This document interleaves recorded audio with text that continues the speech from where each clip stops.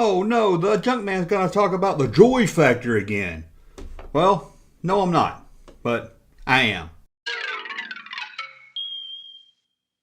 Welcome back to the Junk Room, everybody. It's me, the Junkman, coming back at you with another video. Now, I guess it was about a month ago I told you about the planned Droid Factory 2. Where they're gonna redesign the Droid Factory for the Empire Strikes Back line. Make it a little different, same concept, just look different. I'll put a link at the end of this video if you didn't see it. But we're gonna talk about something else really quick here. In 1994, for Return of the Jedi, Kenner went back into his archives and redid or re-released the Droid Factory. But although it had a crane and it had the base, it was missing all the parts. There was no R2 that you can make begging for the third legging. There was no whatever this thing is. There were no parts. There were no little baggies. Well, I guess it wasn't a little baggy, but you know what I mean. There was no parts to make your own ship. It was just the shell. But it did come with 3 figures. What were those 3 figures? AD8, Nick2, Clay2. Nick2, Clay2, and 8D8. Unless you got the one where they revamped it and came with 3 Power of the Force figures, which was Manaman, Brockter, and EV99. Pretty good set if you can get there. 3 Power of the Force figures. But I just wanted to talk. It's going to be kind of a short video. I just wanted to see something, to see how many of you guys knew about this out there. Because maybe you didn't. Before they released the shell Jabba dungeon that was just the Droid Factory without the good parts, they did think of re-releasing it with the Droid Factory parts. That's right. Can you believe it? This was a good seller back in 1978 and it lasted until about 1982. And of course, if something's a good seller, they're going on to bring it back out. So they're gonna paint it different like they did with the original release.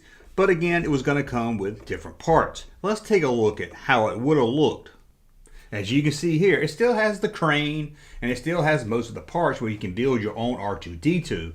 If you'll notice something though, it does show the rare wind-up R2-D2. Now I don't think that one would have came with the playset, but it's odd that they put this in the photo. But they might have been planning to make your own wind-up R2, as we saw in that Droid Factory 2 that never got released. And you can see they didn't do a great painting job. They must have painted the thing really fast.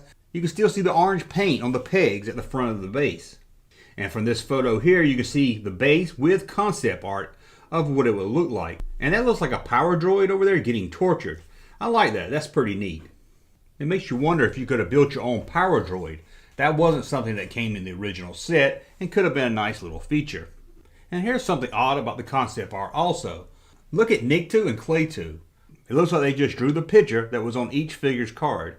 But that's a look at the Droid Factory, how it almost got re-released as the Jabba Dungeon and with the parts.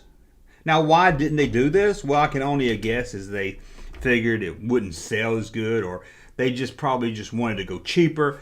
The dungeon was only released by Sears, so I'm guessing they didn't have any faith in this thing really selling to a mass market. I mean, this was a time when the line was starting to wind down, and this is a lot of parts when you look at it, so it probably wasn't that cheap to produce. So you can kind of see where they just said, hey, let's just put the base in it, throw some figures in it, and throw it up at Sears. I was fitting to say throw it up at Sears.com. Throw it in the Sears wish book and get some out for Christmas. Anyway, I wasn't sure if you guys knew about this, and I always like to find odd, different things that you probably didn't know about. So let me know in the comments below. Did you know about it? Would you have liked to seen it? I mean, that base they did release is pretty boring. It's just a Droid Factory with no parts. It's just kind of dumb and silly. Just a gimmick to get people to buy it. But at least it did come with 3 figures. So I guess that's about it. Let me know what you think about this plan to release a Droid Factory with parts. And until the next video, thumb up this one so I know you like my content. Subscribe to the channel, and we'll talk again soon. Hey, Junkman channel popping though. Thank you, sir, for that unsolicited testimony.